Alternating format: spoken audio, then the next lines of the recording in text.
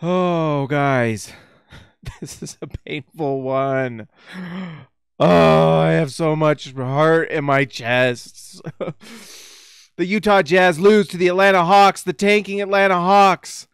This is Hanson James, and this is the SLC Dunk post-game show. I'm hurting. I feel so much hurt in my heart. It's these losses that make this show hard to do, guys. I don't know how we get through this show, guys. I don't know.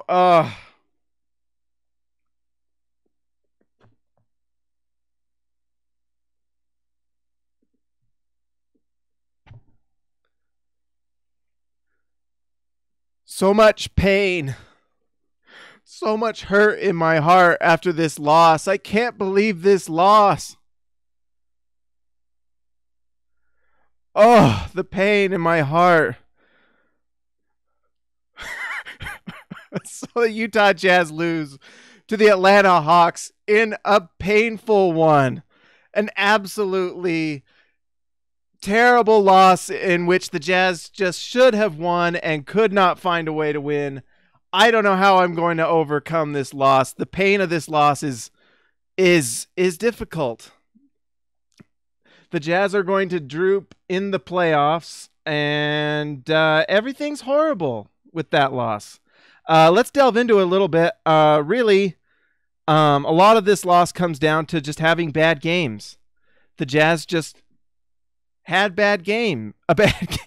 Sorry, I bought this wig for when we lost, and now it's not really working. I'm not used to having hair. But yeah, it's a terrible loss for the Jazz. There's no way around it. Like, the Jazz they should have, I don't know. They looked listless. They looked uninspired. They looked tired. I don't know if they're just tired of playing bad teams. That's kind of a thought I've had, is like, they've been playing so many bad teams and teams that don't really care to win, that I wonder if it's starting to wear on them. Like, when you're playing teams that are just not that competitive, your energy level goes down to the level of the team you're playing. And you just can't, it's hard to win those games. I'm sorry, I can't do this. I can't do it. But anyways, it's just really, really tough to go against a team like this and shoot as badly as they did and have the Hawks shoot as well as they did. So the Atlanta Hawks, I'm guessing they shot well. They shot, you know what? They only shot 40% from the field, 27% from three. So, and the Jazz shot 17% from the free throw, from the 3-point line tonight. 17%. The Jazz shot 37% from the field. So the Atlanta Hawks shot 40% from the field and 25% from three, and it was going away better than what the Jazz did. The Jazz couldn't hit a shot. They couldn't hit a three, especially Donovan Mitchell, who might have had his worst game of the season. 1 for 10 from three. Some of those were just desperation shots at the end, but just his worst offensive night of the year. Still managed to get 24 points, but it was on, let's see, 24 points on 9 for 28 from the field. Just not his night. It was just not falling. The shot of the game that kind of encapsulated everything for Utah was when Donovan went up for that and one, and it just didn't fall. That's tough.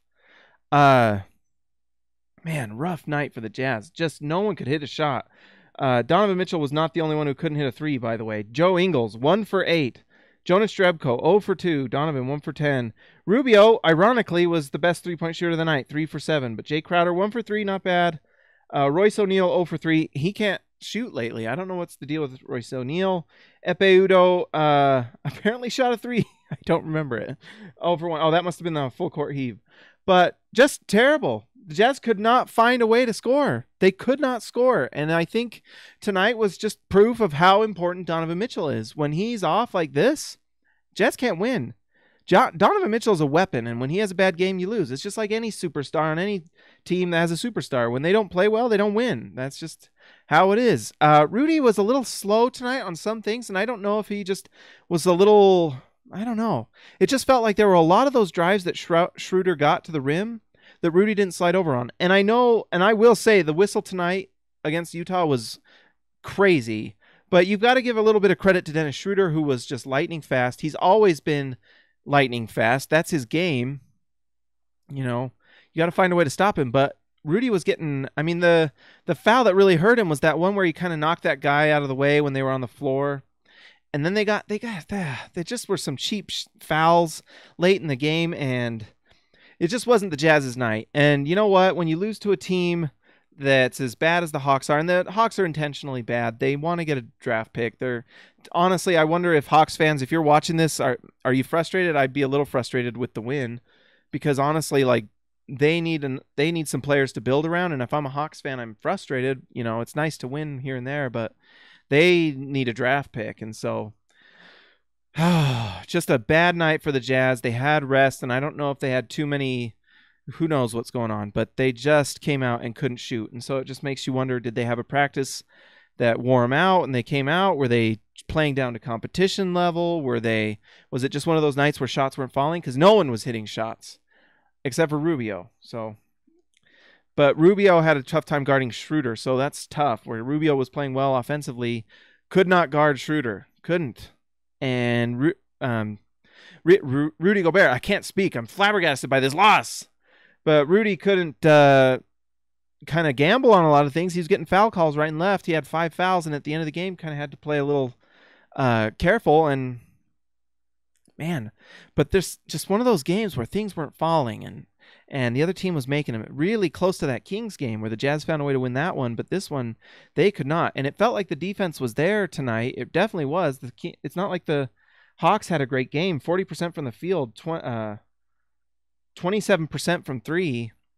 You know, that's, if you hold a team to that, that's usually pretty good. And but held them to 94 points, but the Jazz or 99 points, but the Jazz just couldn't score. They were just, every single bucket felt like it was tough. And so maybe that was Hawks defense playing well too. You always have to give other teams credit for some of the things that go wrong for your team, but man, the Jazz could not figure it out. And I don't know, tough loss for the Jazz. Now in the 8th seed, like you're saying, Johnny Proctor, very frustrating because the Jazz were rolling. This losing thing is, I'm not used to it. We win so much right now. The Jazz are just so good at winning that I'm not used to losing. It hurts my soul. It hurts my heart. But anyways, this might be good. Maybe this is a wake-up call for the Jazz. You know, you can't come into these games and play lackadaisical. You can't cruise control to wins. You've got to play tough. You've got to step on their throat from the beginning. You can't just turn it on in the second half. You know, and the Jazz have that capability a little bit, but the Jazz are like a defensive first team that scores efficiently on offense. There are not always times for the Jazz where they're kind of an offensive explosion team. It's just not kind of how they are. Sometimes they can. Sometimes the Jazz explode when all their shots are falling. But sometimes when you have Donovan not hitting shots and Ingles is not hitting his 3, he couldn't hit a 3 tonight. 1 for 8, I think. It's tough. And so you've got to win with defense, and you've got to try to get transition and you know. And the Jazz weren't getting a whistle tonight either. That was really bad. That was really, really bad. I don't ever want to hear referees complain about anything. They have the nerve to complain about relations. Do better. Be better referees. You'll be surprised if relations improve if you actually made the right calls here and there. Anyways, tough night for the Jazz, who should have won this one, and they did not. So, anyways, guys, like and subscribe this channel. Go to SLC Dunk. Read all the articles. Go to SLC Dunk on Twitter, Facebook, and Instagram, and like and follow and subscribe to all the channels and everything. We're doing great stuff, and I can promise you that things are only going to get better. There's some exciting things in the pipeline that are pretty fun and pretty exciting at SLC Dunk. So make sure you're following all those things. I'm at Hanson James on Twitter. James Hanson is my actual name. You can follow me there. Just don't be a jerk. All right, talk to you later.